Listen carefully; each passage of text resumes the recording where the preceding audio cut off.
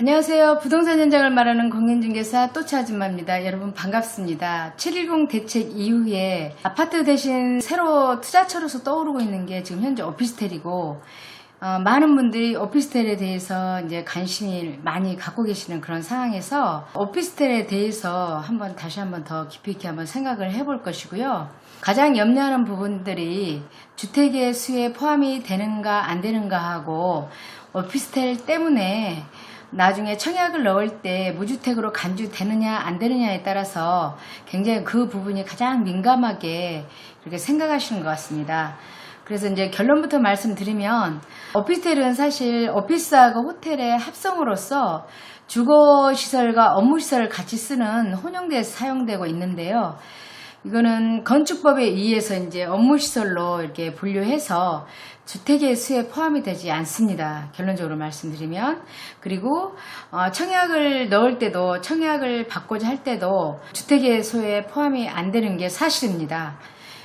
오피스텔은 건축법에 의해서 적용이 되기 때문에 주택법에 의해서 진행되는 것들은 이제 적용을 안 받는다, 이렇게 생각하시면 굉장히 쉬울 것 같습니다. 그러나 이제 세법으로 따지면, 세법은 원래 원칙이 실질 과세 원칙입니다. 그래서 실질적으로 쓰고 있는 거에 대해서 세금을 물어야 되기 때문에, 오피스텔을 업무용으로 쓰게 되면은 주택의 수에 포함이 되지 않으면서 그러니까 양도 차익의 1가구 1주택일 경우에 오피스텔 때문에 뭐 중과세를 내는 그런 일은 없는 거고요.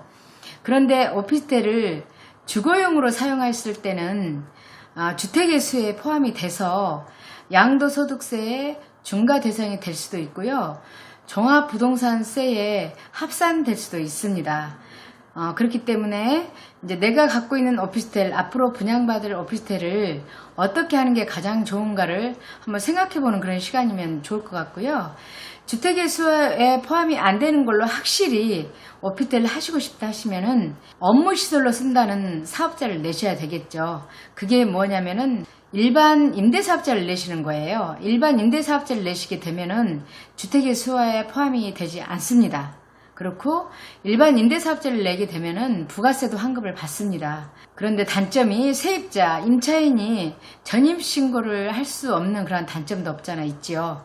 그런데 어떤 분들이 많이 선호하시냐면은 개인 사업자들이 이걸 많이 선호를 하고 계시고요. 특별히 일반 사업자를 만약에 내신다면은 사업체가 많은 인근에 오피스텔을 갖고 계신다 그러면은 그런 거는 뭐 기숙사용이라든가 회사에서 사용하는 그런 걸로 했을 때는 아주 괜찮다고 보는 거고요. 근데 주택의 수에 포함이 되는 거는 주택임대 사업자를 냈을 경우입니다. 그렇지만 주택임대 사업자를 냈다 할지라도 청약통장을 사용하자 할 때는 60제곱미터 이하 작은 소형 같은 경우에는 무주택으로 봅니다. 그래서 청약통장은 언제든지 무주택으로서 청약할 수 있는 그런 조건이 있고요. 주택임대 사업자를 내시게 되면 세법상 이제 그 주택의 수에 포함이 되기 때문에 이런 거는 이제 주의해야 될 것 같습니다. 이렇게 복잡한 것 같은데도 많은 분들이 오피스텔을 선호하고 투자하는 이유는 뭐라고 생각하십니까? 몇 가지 제가 한번 간추려 보았습니다.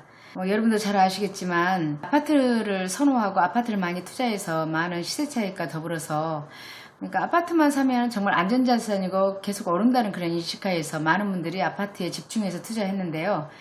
710 대책 때문에 이제는 그런 시장이 꽁꽁 묶였기 때문에 지금 현재 유동성 완화로 인해서 시중에는 굉장히 많은 돈이 돌고 있는데 그 돈이 갈 데가 없다 보니까 지금은 수익형 부동산으로 많이 돌고 있는데요. 많은 분들이 이 오피스텔 같은 경우에는 현금의 흐름을 쫓아오는 그런 분들이 대부분입니다. 그러니까 시세 차익보다는 이제는 월세 수익을 선호하는 그런 분위기로 지금 접어들었다고 보시면 될 것 같습니다. 그리고 또 지금 현재로는 1인 가구 전성시대인 것 같아요. 1인 가구 전성시대. 그러니까 2000년도에는 통계청에서 발표할 때 1인 가구가 한 220만 가구에 불과했는데 2020년 얼마 전에 통계청에서 발표하기를 1인 가구가 한 600만 가구로 발표를 했어요.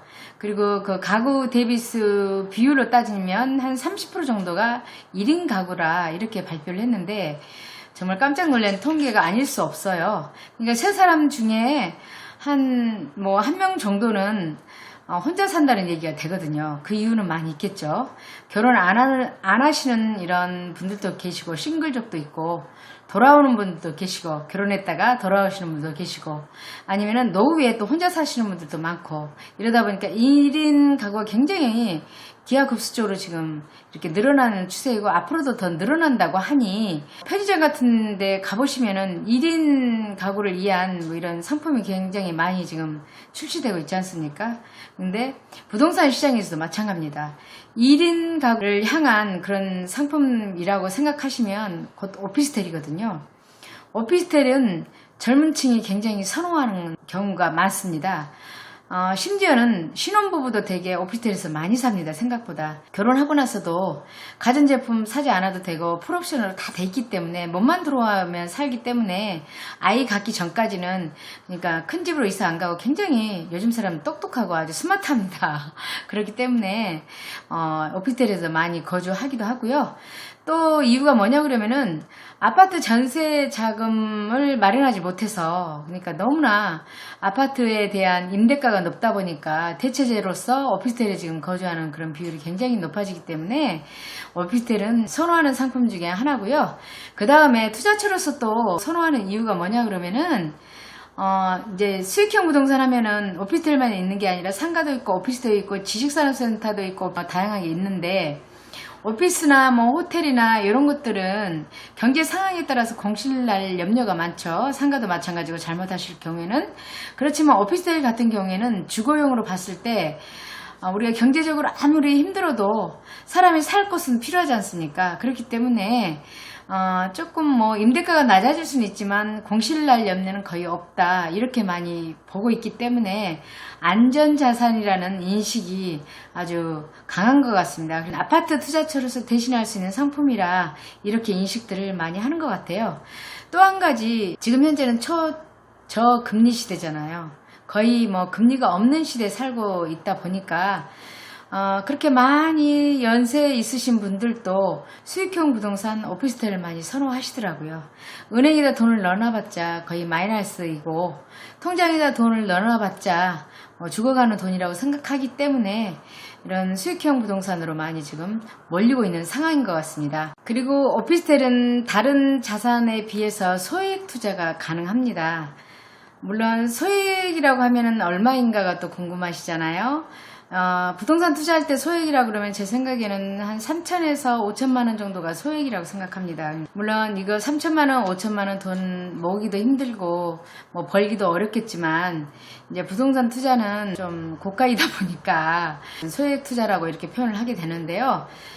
소액 투자가 가능하기 때문에, 그러니까 어느 정도 돈이 모이고 종잣돈이 모이면은 투자하기 굉장히 쉬운 상품이 오피스텔입니다. 그래서 지금 수요가 많이 몰리고 있는데, 여러분 분위기 휩쓸리지 마시고요.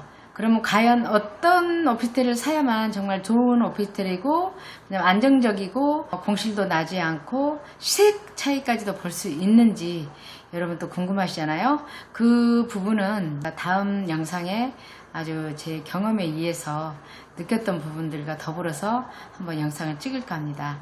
그럼 오늘 시청해주신 여러분 감사하고요. 다음에 뵙겠습니다.